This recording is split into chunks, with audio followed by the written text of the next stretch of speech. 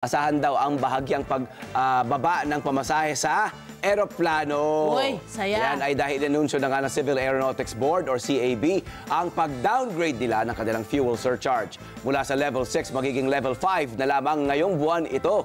Ang ibig sabihin nito, kung dati naniningil ang mga airline ng 185 pesos to 665 pesos para sa domestic flights, sa level 5 papalo na nasa 151 to 542 pesos na lamang po muna ang fuel surcharge na idadagdag sa base fare ng ticket sa eroplano. Siyempre, applicable din yan, Love, di ba? Ang pagbabang ito sa international flights. Naku, sana babaan pa. Oo, sana babaan pa. Level 6 rates, ano makikita natin, pina-flash natin, domestic, 185 pero kasi to 665. nga, di ba, inflation really is Oo. affecting also. Pero at least nagbaba sila. So, maganda yan para sa ating lahat. Okay, napag-uusapan na nga natin ang pagbiyahe. Itong makakakwentuhan natin today ay talaga namang ibang level, okay? Dahil nalibot na po niya ang buong mundo. Wow. Sa katunayan, kabilang na siya sa ultra-exclusive na Circumnavigators Club. Okay? Ang club na ito ay tinatag noong 1902 pa. Wow! At take note, ang ilan sa mga kabilang dito ay sina General Douglas MacArthur, Neil Armstrong, ang taray naman, at William Howard Taft. Wow! Wow! Sabi sa inyo, di ba? Ibang level, taas. One Alamin giant natin. leap for man, Correct. sabi ni Neil Armstrong. Iba ang level And for the nito, Filipino. Correct. Eto ang kanyang kwento, joining us via Zoom, all the way from the beautiful Bukidnon, si Sir Regine Reyno. Sir, good morning! Magandang umaga po. Hello, good morning, good morning. Magandang umaga. Magandang umaga sa inyo. Magandang umaga. Ayan. Ganda dyan sa Bukidnon. Ang laki ng ngiti ko kasi parang nakaka-excite mo at gusto kong malaman kung ano yung ginagawa talaga ni Sir Regine. At isang, syempre, Pinoy eh. Diba? Pinoy po na pabilang sa Circumnavigators Club. Paano po makakasali sa ganyan?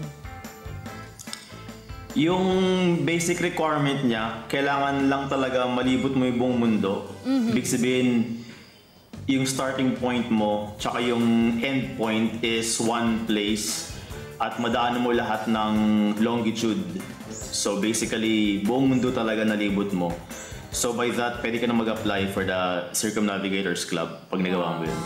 At Sir Reg, ano po ang ginagawa nilang basehan, yung metric nila or para masukat nila yung, di ba, yung accuracy, may accuracy involved, ba chine-check nila in terms of end-to-end ng longitudinal na mga meron bang gadget na ginagamit? Paano nalalaman Ikaw yun? halimbawa, lalo na sa pagta-travel mo, paano? Or simple magpapakita ba ito ng Sorry passport? po sir, hindi ko talaga alam to. Ako talaga curious. Very interesting, opo.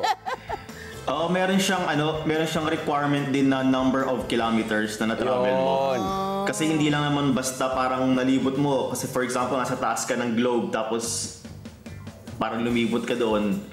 So parang technically hindi siya enough. So apart from nadaanan mo lahat ng longitude, kailangan meron ma-meet mo din yung number ng kilometers na distance. Galing! And then, By specific din siya. And then, itinatala mo to. You keep it recorded. Nire-record nyo yung number of kilometers, yung pag-ikot mo sa buong mundo?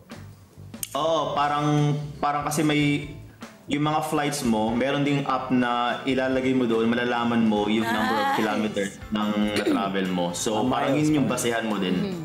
Miles. Ganda. Sir, gaano mo katagal itong ginawa para makumpleto mo, maikot mo ng gusto yung mundo? Saya mo naman. Circumnavigator. Gaano katagal? So, naikot na nga niya talaga. Oo. Ano po yun? Sir Regine, gaano katagal po yung ginawa niyong pag-ikot sa buong mundo? Okay. So itong trip na to, tumagal siya ng 1 month. Wow. 1 month, 1 week, and 2 days, to be exact. Wow! At saan po kayo nakapunta? Sa ginagawa nga, yung circumnavigation na ginagawa po nyo at na ginagawa ng mga kasamahan nyo po, saan po kayo nakapunta? Para po masabing, pwede qualified na tayo. Okay. Itong trip na to, nagsimula ako sa Manila. Okay. Tapos lumipad ako ng first leg is Hong Kong. Okay. And then Beijing sa China. Okay. And then from Beijing, tumawid na ako ng Pacific, papunta na ng Amerika sa Mexico. Okay. Mexico City. And then from Mexico City, bumaba ako ng Cancun. Mexico, yeah. And then sa Chichen Itza. Kasi goal ko mapuntahan yung Chichen Itza na Wonder of the World. Yes. And then from Chichen Itza, lumipad ako sa Lima, Peru. Yes, nice. And then from Lima, sa Cusco, which is nandun yung Machu Picchu. Yes! And then from Cusco, bumalik ako, lumipad ako papuntang Brazil. Okay. Rio de Janeiro, Brazil. Which is may layover muna sa Chile, Santiago, Chile, diretso ng Brazil. And then from Rio, Brazil, lumipad ako ng Lisbon, Portugal, which is a layover. Oh. And then pumunta ako ng Casablanca, Morocco. Morocco, yeah. And then from Casablanca, nag-train ako punta ng Marrakesh, sa Morocco pa din. And then from Marrakesh, lumipad ako papunta na ng Tel Aviv sa Israel. Okay. Which is my layover sa Athens, Greece. So from Israel, pumunta ako ng Bangkok na. Paikot na, pabalik na ng Asia. Pabalik na, yes. May layover sa Moscow yung nakuha kong flight. Pero Bangkok yung main destination niya, yung leg na yun. And then after ng Bangkok, so nasa South Asia na ako. From Bangkok, Singapore na. And then Kota Kinabalu sa Malaysia. And then from Kota Kinabalu, yun na yung last leg, pabalik ng Manila. Pilipinas, magkatapat So lang. parang, so talaga nalibot niya yung buong mundo. Correct. Ang galing. Nalibot mo yung buong mundo, tapos nadaanan mo ang 7 wonders of the world. 'Di ba? Matindi po kayo. Pwede ho ba naming malaman anong klaseng paghahanda po talaga yung ginawa po ninyo para magawa lahat yan? At saka Ginoong Reg, kamusta ba yung budget? Yun nga rin. Isa na, lalo yun. Paano po natin kailangan ilaan na budget? So yung paghahanda, kasi ano to parang medyo matagal ko ng plano to since 2000 and let's say 2000, yung parang naisip ko siya 2011 pa or 2012. Okay. Pero parang naisip ko lang, parang ginusto ko lang. Pero yung talagang plinano ko, 2016 pa. Pero yun nga, hindi matuloy-tuloy kasi lagi na di-delay, ganyan, mga, di ba, minsan nag-aalangan tayong gawin to. Pero one time, nung 2019, parang biglang naisip ko lang na gawin na siya. Parang sabi ko, ready na ako. So, pumasok yung taon, 2019, na hindi ko siya plinano. Pero parang one time, parang basta naisip ko lang, parang kailangan ko na siyang gawin. So parang biglaan ito, nag-quit ako ng job ko para mangyari to. So yung preparasyon, hindi siya masyadong hindi siya masyadong maraming preparasyon na nangyari kasi parang biglaan nag-quit ako ng job. Sabi ko, gusto ko nang gawin to. So in terms of yung mga planning, hindi siya masyadong naplano. na talagang concrete kasi parang lang. Medyo masasabi din medyo spontaneous. Although sabi ko nga matagal ko nang naiisip.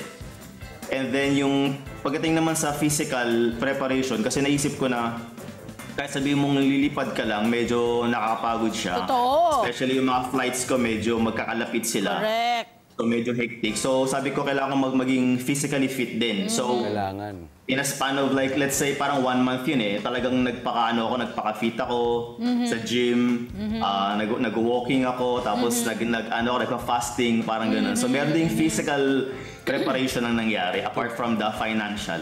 Ang galing. Yung financial, sir, bigyan nyo lang kami ng Ballpark. estimate. Ano yun, yung budget? Yung sa ginastos. Yung ginastos ko, ang estimate parang lahat-lahat na, all the expenses, everything, let's say ultimo candy. Yes, Parang yes. nasa 240,000 pesos. What? Aba. Wow! Okay yun. I mean, okay yun sa maraming Oo, yun yung bansang estimate. yun. Yeah! Pero, I mean, naikot mo yung buong mundo. Oo. Iniisip ko kanina milyon but oo, you know. Oo. Husay. I'm sure may mga ginawa to. I mean, sa pagkain, di ba? I'm sure, pinili mo talaga kung saan kakakain, hindi ba, Sir Reg? Kung saan ka pupunta. Correct. Di ba? Yung mga titirhan mo roon. Di ba? Pero kahanga-hanga. Sir Reg, ito, nalaman namin na bata ka pa lang daw, isinasama na kayo ng magulang nyo sa pag-travel sa buong Pilipinas nung bata po kayo at yun doon na kayo nagkaroon ng pagmamahal sa traveling. Tama po ba hanggang sa ngayon? Oo, kasi nung bata kami, parang Pero kaming yearly vacation, family vacation. Pero although ano lang yon, mga domestic trips lang dito lang sa Pilipinas. Like Kahit Baguio, na! Mindanao, ganyan. So, parang doon nagsimula yung interest ko sa paglalakbay o sa traveling. Parang nakita ko na ang ganda-ganda pala mag-travel. Una-una, may bonding na nangyayari Correct. within sa family. Tapos, talagang ang tumatak sa akin yung ano, kasi isa sa favorite subject ko sa school yung civic at kultura, Yes. di ba, nung elementary. Tapos magka-travel kami, yung mga nasa libro na napapag-aralan sa civica at kultura, nakita ko in person, parang doon ako na-amaze. Like for example, yung Moyon Volcano. Yes, Dati nakita ko lang sa agree. libro or sa poster sa classroom, tapos makita mo in person, parang ganun. So doon nagsimula yung hilig ko sa travel. At doon ko rin na-realize na dahil sa pag-travel ko, parang pagka pinag-uusapan na sa school yung mga yon, yung subject na yun, for example, mas nakaka-relate ako. So Correct. doon ko na-realize na At it's a learning nakakapag-share ka experience. pa. Nakakapag-share ka pa ng experience mo, Sir Reg. Oo, na talaga Tama. first hand, di ba? Oo. Last na lang, Sir Reg, ano po ba yung mga natutuhan nyo sa pagbiyahe, yung mga insights nyo na maaari nyo i-share sa mga taga-subaybay natin? Ang isa sa mga lessons na natutunan ko yung mga tao or mankind in general is mas maraming mababait kaysa sa mga manloloko. Kasi usually ang ating misconception sa traveling, especially solo travel, is delikado. True.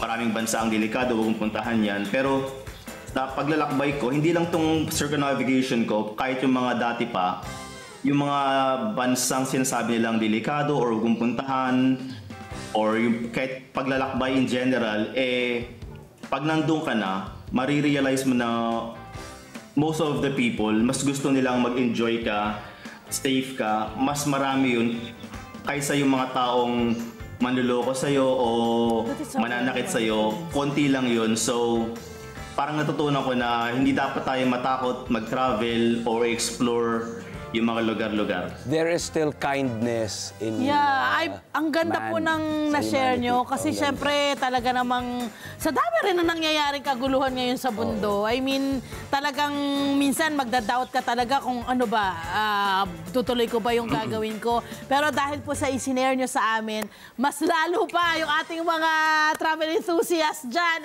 Na-inspire. excited na, na-inspire sa inyo. Sir Reg! Maraming pong salamat Thank sa you po, pagbabahagi sir. niyo po ng kwento sa amin. Ingat po kayo at sana po yung mga susunod niyo pong travel. Keep on traveling. Kwentuhan niyo Share kami. niyo po kami. Hello po mga Kanet 25! Si Kuya Tony Pet po ito mula sa Love, Tony Pet and Everything. For more Love, Tony Pet and Everything updates, just click on our subscribe button and follow us on our Net25 social media pages at Net25 TV and at Net25 Entertainment Facebook.